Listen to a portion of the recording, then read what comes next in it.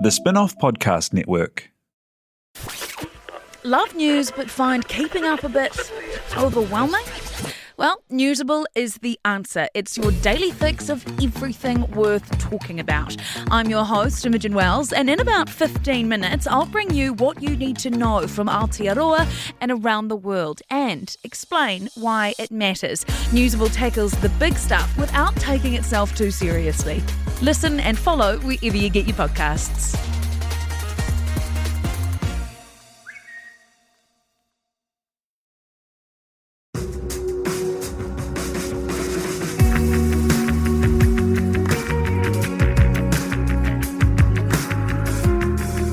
You're listening to Business is Boring, a podcast that reckons it's anything but. Business is Boring is brought to you by Spark Lab, offering inspiration and practical advice to help businesses find their edge. To hear more about Spark Lab, including details about the latest events, workshops, and business tools, visit sparklab.co.nz. And now, here's your host, Simon Pound. Kia ora koutou katoa, and welcome to Business is Boring. Today, alternate milks are so common. There are cafes where you have to specially request cow milk. But when it comes to ice cream, the alternative options are nowhere near as common, or often as good. EatKinda are out to change that with their win-win-win offering that is better for the planet to produce, that uses cauliflower that would be a waste stream, and that tastes as good as dairy with no udders involved. To talk starting the company, making the product, and what's next, co-founder Milli Kumar joins us now. Tēnā koe, thank you for being here. Kia ora, Simon. Thank you for having me on. Hey, so it's so cool. Tell me about your path into business. As you were in food technology or food science, were you? And how did you come across this product? Yeah, so I'll take it back to the beginning. So I'm from Wellington, and I grew up, typical Asian child, grew up in my dad's takeaway, talking to customers. So I grew around food and also entrepreneurship. And then I think what I remember is, as a child, really liking to bake. So I did a lot of baking, experimenting in the kitchen, a lot of eggless recipes because my grandma couldn't eat eggs. And then I think that led to participating in Crest at high school. So I went to Wellington High, and there was a Crest challenge where you do like a food challenge, you get to a brief and you have to experiment with food. And that was like the first time I really got to experience food technology and what that means. So it's like this balance of creativity with science, and I really, really enjoyed that. And so that kind of led me to study food technology at Massey University in Palmerston North. That's such a cool way in. And then, so you were at Massey or finishing, and how was it that you came across cauliflower ice cream? So literally the last day of my degree, my fourth year degree, there was this thing called a startup weekend in Hawera in Taranaki, and we kind of got a discounted ticket. So I was like, yeah, let's go, free food. And so I turned up, and that's where I met my now co-founder, Jenny Matheson. And so Jenny is from the Taranaki, and she actually used to experiment lots of things in her kitchen, and it was her idea to create a cauliflower ice cream. And so she's been vegan for about 20 years, surrounded by dairy farms. So she had to, experiment with things and create delicious things for her friends and family because there was just nothing really on the market, especially back then. Now we've got stuff. And she liked using vegetables. So I think it started from a failed cheesecake, and that then turned into an ice cream product. Cauliflower just ended up being the best vegetable, and she brought this idea along to Startup Weekend.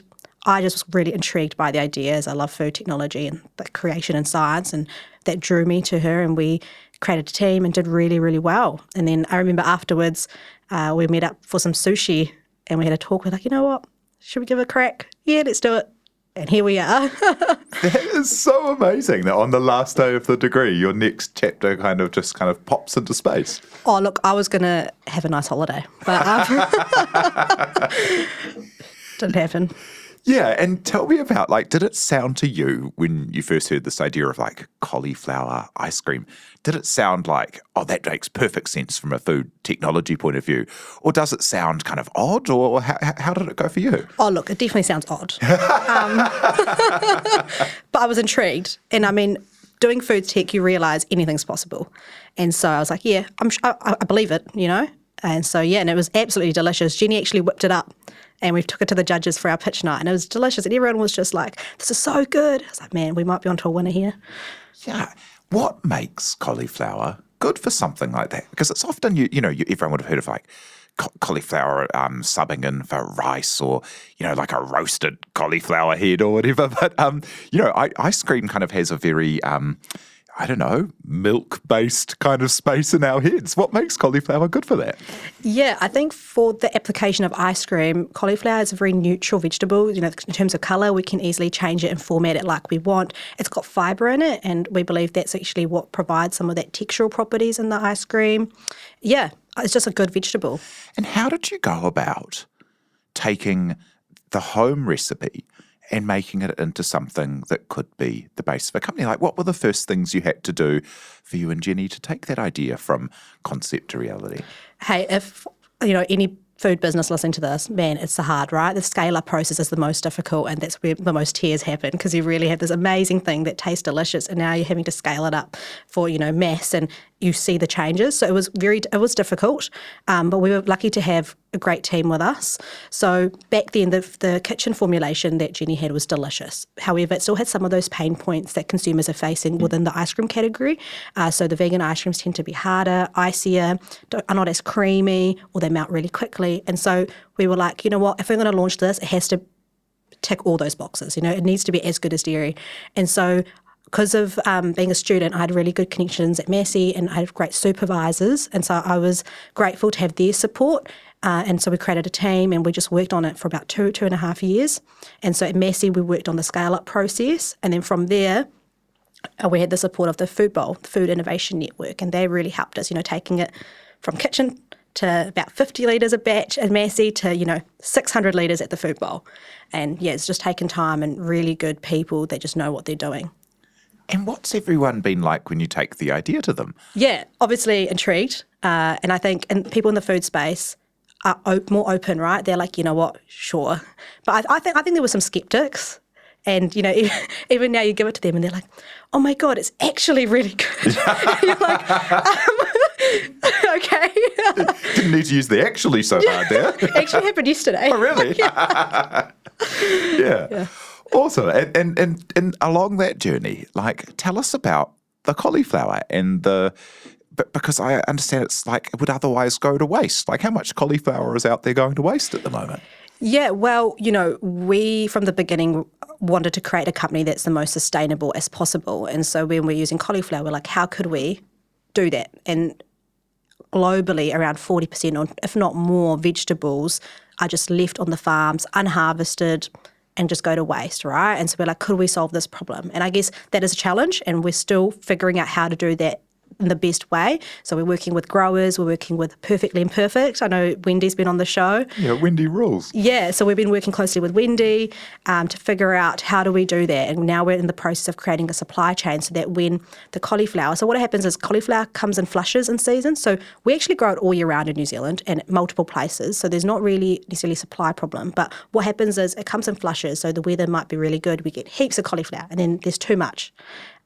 So then what do you do with it? It just gets left. Or the cauliflower might be slightly the wrong colour or too big, and supermarkets like cute little small ones, or they might have a little bit of purple colour, which actually means it's got high antioxidant value, but they don't want it. So we've got all this excess or waste that we can actually use because it doesn't interfere with the product quality at all. Yeah. Now we're working on how do we collect it and use it in our ice cream when we need it.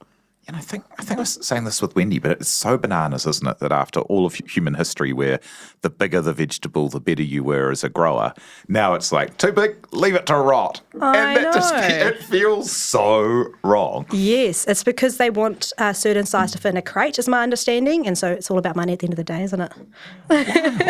And so, you must be very popular with cauliflower growers. If there's a way for this thing that they've put a lot of early starts and a lot of work into to be able to go to a really good use. Yeah, well, we're still at early stages, but I guess it's not really easy for the farmers as well, right? Because they've got certain processes set up that aligns with the retailers. So now we're having to come in and talk to them about how do we change those processes so we can get that cauliflower that will just be left. So it's actually quite a big challenge that we're trying to tackle, and it's not perfect, but we'll get there.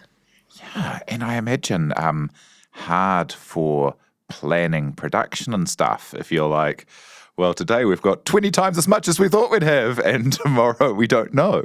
Yeah. And that's why I guess at the moment we're just trying to utilise it when we can, and we would want to hope to be at a point where we can use it all the time.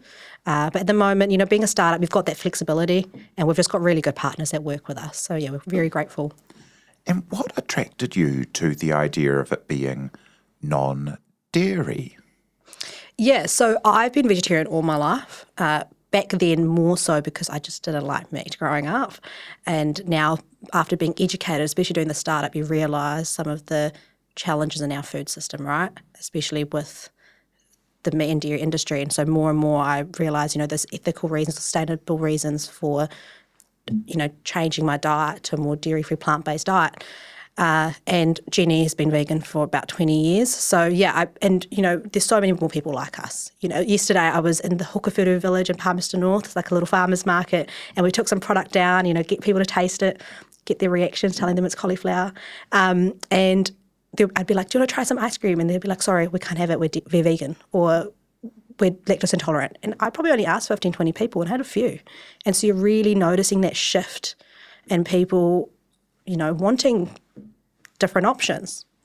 Yeah, we're kind of a bit addicted to dairy as a country though, hey? Like if you go to the supermarket and watch, people will have like 10 different kinds of dairy in their trolleys, like sour cream and some yogurt and some milk and some cream and some ice cream and, then 3 different kinds of cheeses and you're like, whoa. And I guess, is it because there aren't other alternate options, that are that good, and food is so cultural, and that's why I really struggle. I call myself a wannabe vegan because it's hard, and it's so cultural. Like growing up, I've got Indian heritage. Dairy is such a big part of our diet, and so it's so hard. And I can understand, for other people as well, where they've grown up a certain way with certain foods, it's so hard to just be like, I'm not going to eat this anymore. And so it's my responsibility as a food technologist to be able to help create alternatives for people so they can lead the lifestyles they want without feeling like they're missing out or they're compromising. Yeah, and what's the difference in terms of, because I guess there's like quite a lot of environmental impact difference between having heaps of cows and land and nitrates and all the rest of it versus growing cauliflower?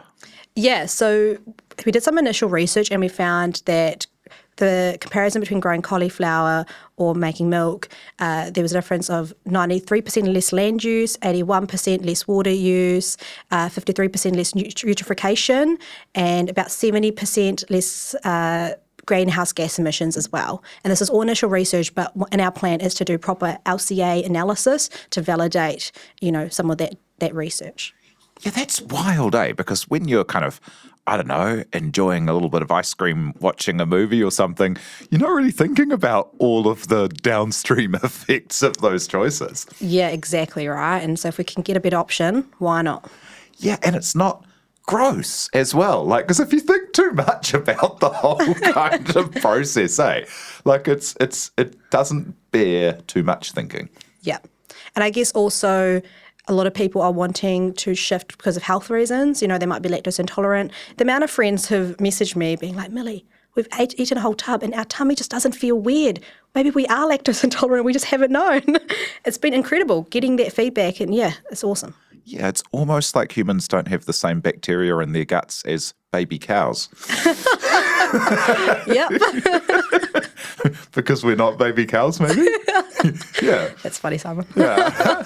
Awesome. Well, we'll be back in a moment with Milli Kumar to try. We're going to do a live trial of some EatKinda ice cream and hear about how they started the business.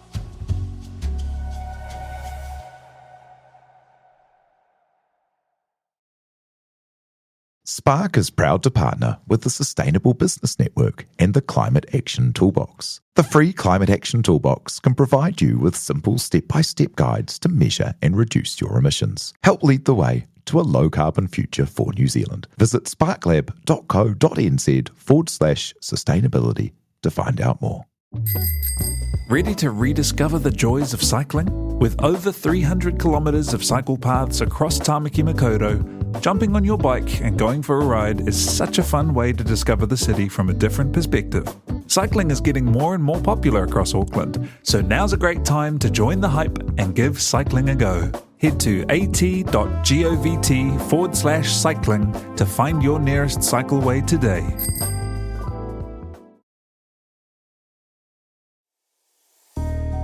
Hoki mai anō. Welcome back to Business is Boring, where we're with Milli Kumar of EatKinda. And we're going to do a live little trial. So I've been following this for a while, LinkedIn messaging and, talking to you and watching the journeys, but haven't yet had a chance to try it.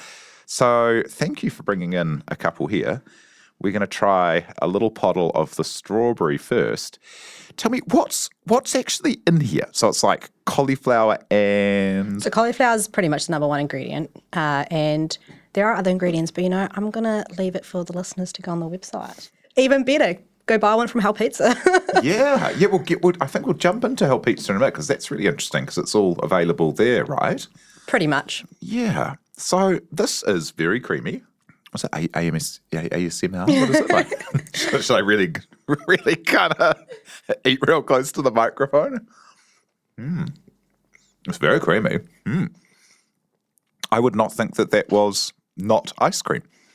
There's something about the fact that it's going to be cauliflower that makes you think it's going to be grainy or something, hey? Because cauliflower is like lots of little grainy bits. But this is super smooth and super creamy and yum. But it hasn't got like a cloying fat aftertaste. Yeah. Your tongue isn't like coated in cow mucous membrane and plasma and shit. Yeah, it's interesting feedback, right? Because we have some people that actually prefer it because there's no that fatty aftertaste, but then there are some consumers that do like that. So it's quite interesting that you've noticed that.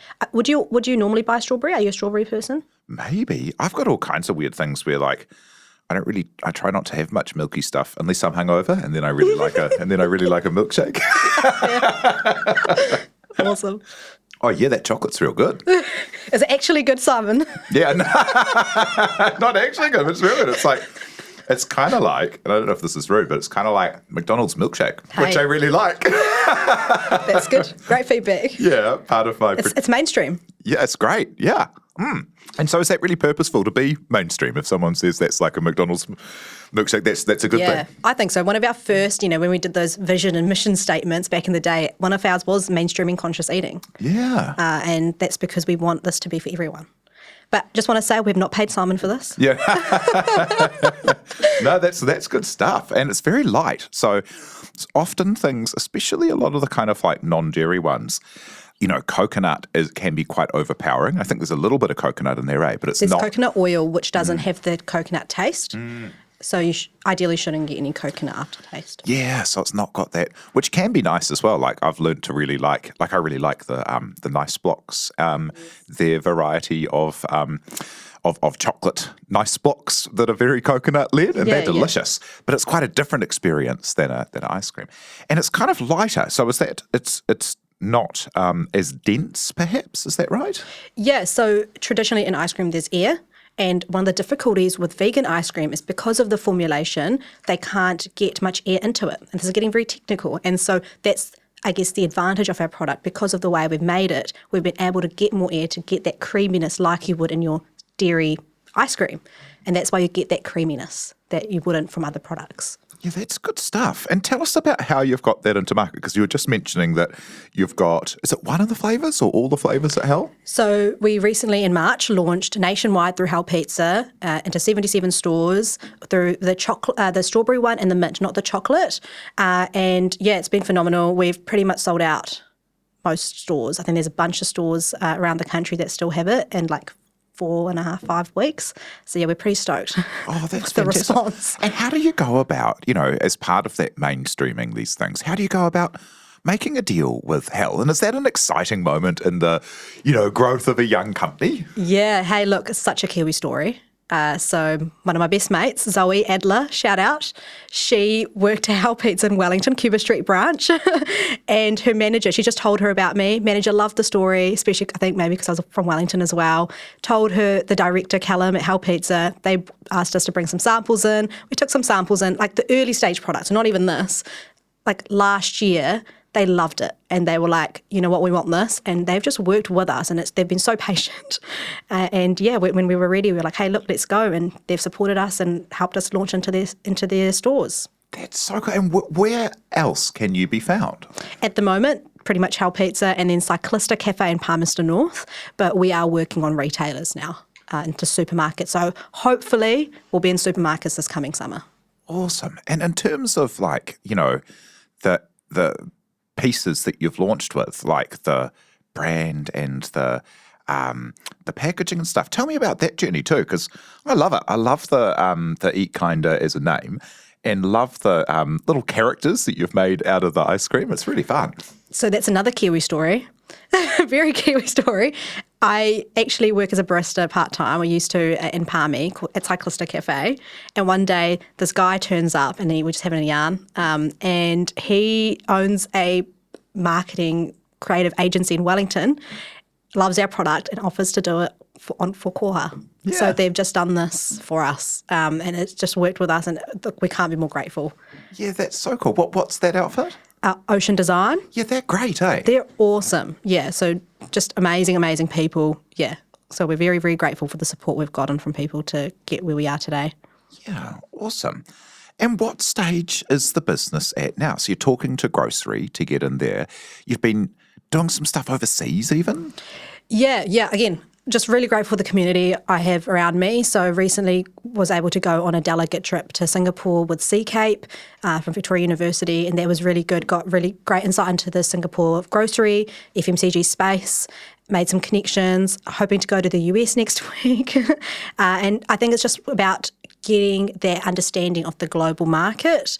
Being New Zealand, we're so far away, we have these preconceived ideas of what it might be like to export and going into these markets, but the reality is so different when you're in market, and that's something I've realised. So we're just wanting to make the most of going there, meeting people, understanding what their wants are, so we can start creating a business now that actually solves their problem, in their markets, not New Zealanders' problems. Yeah, there's nothing that replaces going there. Hey, it's like, I remember the first time that I stood in a Whole Foods aisle and, there's a whole wall of granola and then, back in New Zealand there's like 3 times or, there's like 4 peanut butters here and now there's like a whole wall of kiwi peanut butter there, which is so cool. But that idea, you just don't understand the scale and the option until you've stood in like a Erewhon and seen the 4 trillion drinks on the wall. So I've never been, so I'm going for the first time and I feel like it's going to be a culture shock. Yeah. Well, it's kind of awesome. Also, like, it's pretty special that it's like going to a theme park, just going to like a Whole Foods. Yeah. Oh, look, I feel like I'm going to come back with no money. Yeah. Oh, awesome. And then, what have you had to, so coming from the food science side, what have you had to upskill and build out, and how have these things like the food bowl and like the the organisations around you, how have they helped you build those extra things in? Yeah, look, I've had to learn everything. I had no business experience. Just researching, have had really good mentors.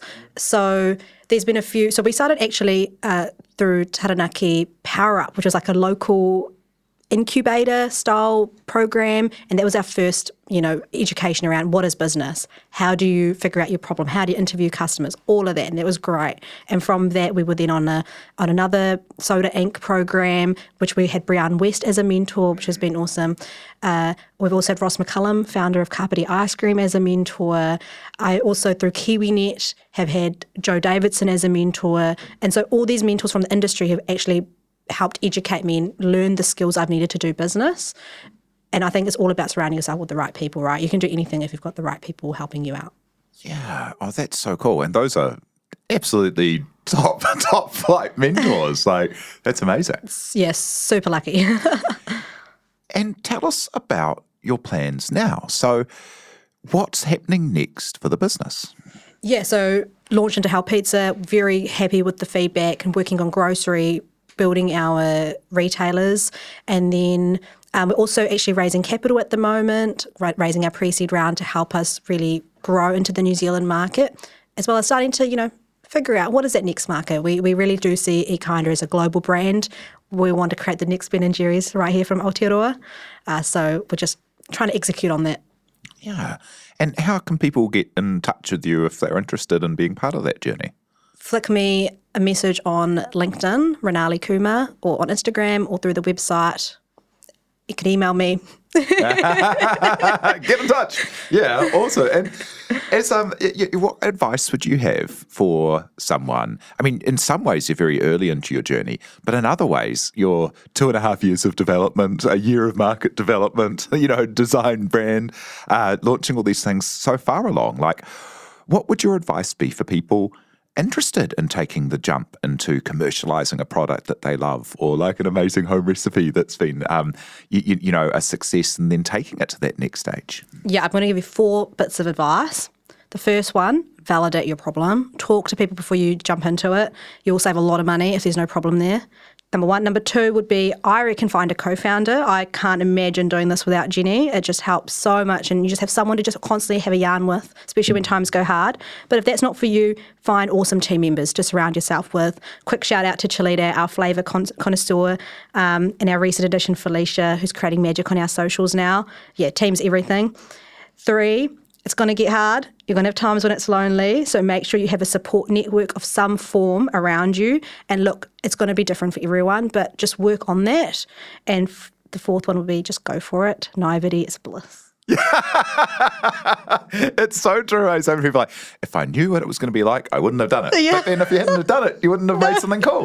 Yes, just go for it. Just do it. And as a final thought, what will success be for EatKinda, and what will success be for you personally?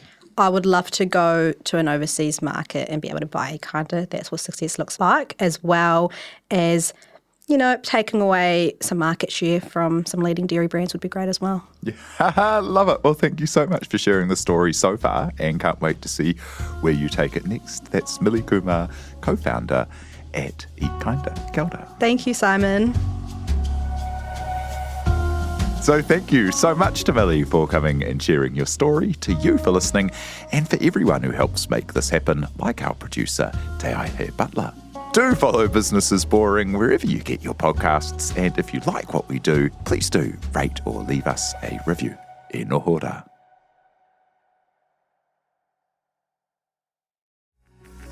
From the Spin-Off Podcast Network, that was Business is Boring, brought to you by SparkLab.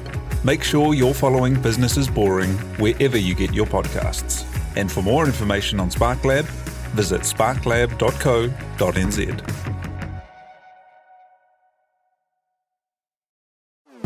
Talofa lover, I'm Madeline Chapman, editor at The Spin-Off. If you have the means, consider supporting our high-quality journalism by becoming a Spin-Off member. Sign up now at thespinoff.co.nz/donate. The Spin-Off Podcast Network.